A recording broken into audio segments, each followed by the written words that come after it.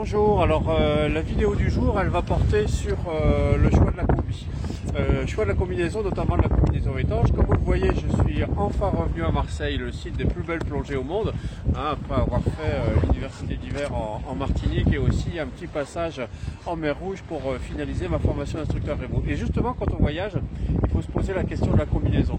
Donc en Martinique, j'étais avec mon petit shorty, logique, pour une eau à 26-27 degrés, c'est tout à fait supportable.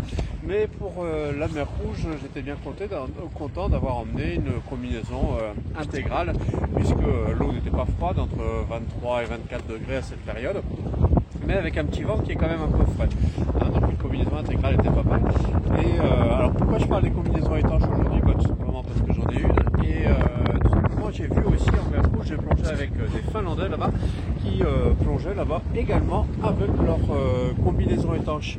Alors l'avantage bien sûr, c'est que ça permet d'avoir toujours le même équipement, sachant qu'avec une combinaison étanche comme celle-ci, qui est une combinaison en toile, je vais pouvoir dimensionner la protection en fonction de là où je plonge. Ça va être le sous-vêtement que je porte qui va jouer. Donc on peut tout à fait plonger avec une combinaison étanche dans une eau chaude si on a un petit sous-vêtement en dessous. Alors maintenant, est-ce que c'est compliqué de plonger avec une combinaison étanche? Eh bien non. Il suffit d'avoir la formation adaptée, bien sûr, puisque comme vous le voyez là, ici j'ai un bouton qui permet de la gonfler, j'ai une purge ici qui permet de la purger soit automatiquement, soit manuellement. Et vous voyez d'ailleurs que le geste que je fais est important pour la purger, sachant que le principal risque avec une combinaison étanche, c'est d'avoir la tête en bas, les pieds gonflés et de faire une remontée ballon qu'on n'arrive pas à maîtriser. Mais tout ça, ça s'apprend lors de la formation combinaison étanche. C'est une formation qui dure généralement sur 1 à 2 journées, plutôt 2. Voilà. Donc combinaison étanche, le gros avantage, c'est que ça vous permet vraiment d'apprécier la plongée si celle-ci est trop fraîche pour vous. Et ça va dépendre vraiment de vous-même. Moi par exemple, je ne suis pas quelqu'un de très frileux, mais je l'apprécie quand même en ce moment, puisque il y a un petit peu de vent, etc. C'est bien appréciable. Et puis j'ai les moyens d'en avoir une, parce que c'est vrai que c'est des vêtements qui ne sont pas donnés, mais c'est pour un usage professionnel. Ensuite, c'est vrai que dans des eaux plus fraîches, là, ça devient indispensable. Moi, par exemple, j'ai commencé la plongée en Belgique dans des eaux à 4 degrés.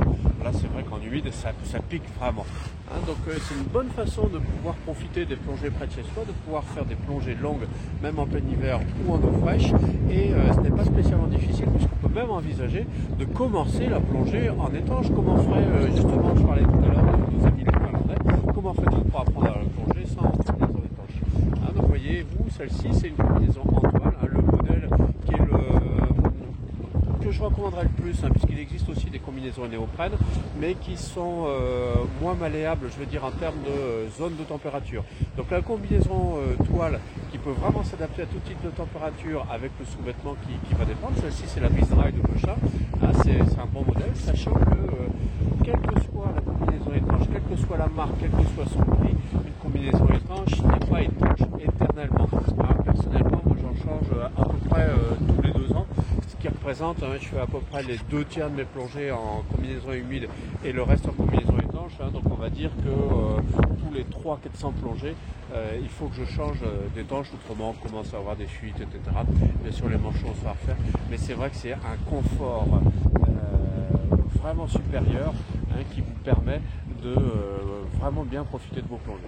Voilà, donc si vous avez cette vidéo, cliquez sur j'aime. Si vous n'avez pas aimé, cliquez sur j'aime pas. Vous voulez en voir d'autres, abonnez-vous.